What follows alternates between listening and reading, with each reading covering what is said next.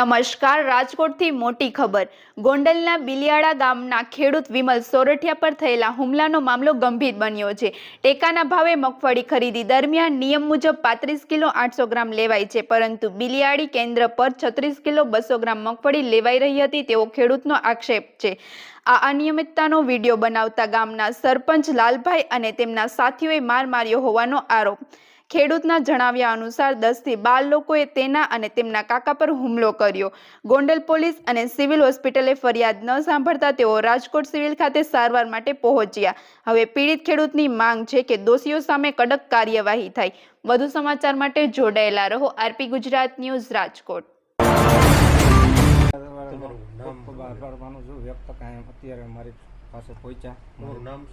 મારું નામ સોરઠિયા વિમલ, ગામ મોવિયા। શું આખી ઘટના ગઈકાલે બની હતી? ઘટનામાં એવું હતું, હું એક નાનો ખેડૂત પાટીદાર દીકરો છું।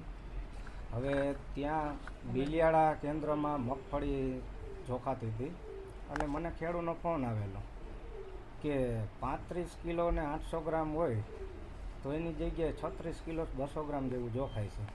અને મેં કીધું કાંઈ વાંધો નહીં, હાલો હું આવું છું કીધું। અમારા ખેડૂત ભાઈઓ જતા બધા, એટલે ગયો હું ત્યાં। એટલે મેં જોયું ત્યાં ત્યાં 36 200 જોખાતી હતી, 150 200 200 જેવું જોખાતું હતું। પછી મેં ફોન કાઢ્યો ખીચામાંથી, કીધું શૂટિંગ લઈ લો જાય, પાકું પ્રૂફ હોય તો આપણને ખબર પડે ને। એટલે ફોન મારો લઈ લીધો। મને કે કાંઈ શૂટિંગ બૂટિંગ કરવાનું નથી। કીધું કાંઈ વાંધો નહીં, ફોન દઈ દઉં, હું શૂટિંગ નહીં કરું। એટલે ફોન દઈ દીધો। પછી 6-7 ખેડૂને હું મળ્યો બધા અહીંયા અલગ અલગ જગ્યાએ, જ્યાં કાંટો હાલતો હતો ત્યાં ચોકતા હતા। એટલે મેં ખેડૂતને પૂછ્યું, કીધું ભાઈ કેવી રીતે હાલે? એ કે 200-300 ગ્રામ જેવું વધારે લઈ જઈએ, પણ કે જો કે અમે કાંઈ એમ કહીને તો આવડા માંડવી રિજેક્ટ કરે એમ છે કે, એટલે આમાં કાંઈ બોલાય એવું નથી। જે કરે માની ગયું કે 150-200 ગ્રામ નકર કે આપણે સવારના આવીને હોય કે હાઈ પડી જાય તો આપણો વારો ન હોય, ઘીરે લઈને જવાનું છે મગફળી। કીધું કાંઈ વાંધો નહીં। તો એટલે એ લોકો પછી ત્યાંથી બધા આવી પીડ્યા। પહેલાં તો મને કે આ ગણેશ રાજને લાલાનું રાજ છે કે અહીંયા પરમિશન વગર હવાય નહીં કે, તો આવવાવાળો કોણ ને તને કહેવાવાળું કોણ ને? ભાઈ મેં કીધું હું નાનો ખેડૂત છું, પાટીદારનો દીકરો છું, એટલે હું ખેડૂતની આ વેદના સાંભળવા આવ્યો છું, બાકી બીજું મારે કાંઈ કોઈ જાતનું કરવું નથી કીધું।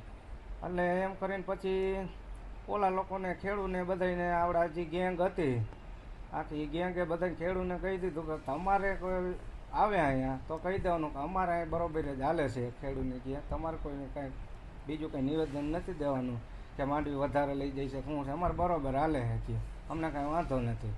ઓલા લોકો એવું બિલિયાળાને પછી લાલાની આખી ઓલી ગેંગ હતી, એટલે એ બધાએ કહી દીધું। એટલે આ ખેડૂત બિચારા એની રીતે જોખવા દીધી માંડવી, કાંઈ બોલ્યા નહીં।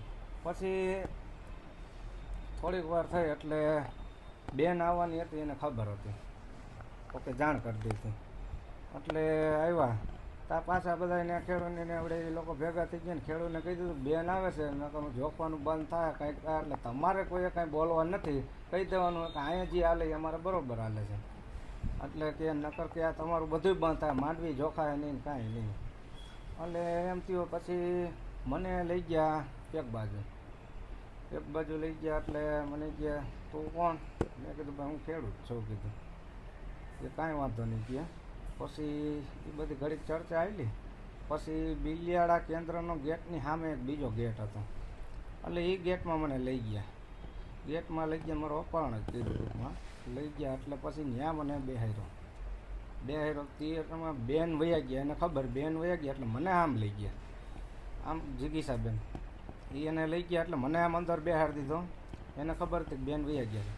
પછી હું મારા કાકા બે હતા, એટલે મને ઊભો તો મને કે ઊભું નથી રહેવાનું, નીચે બેસી જતું।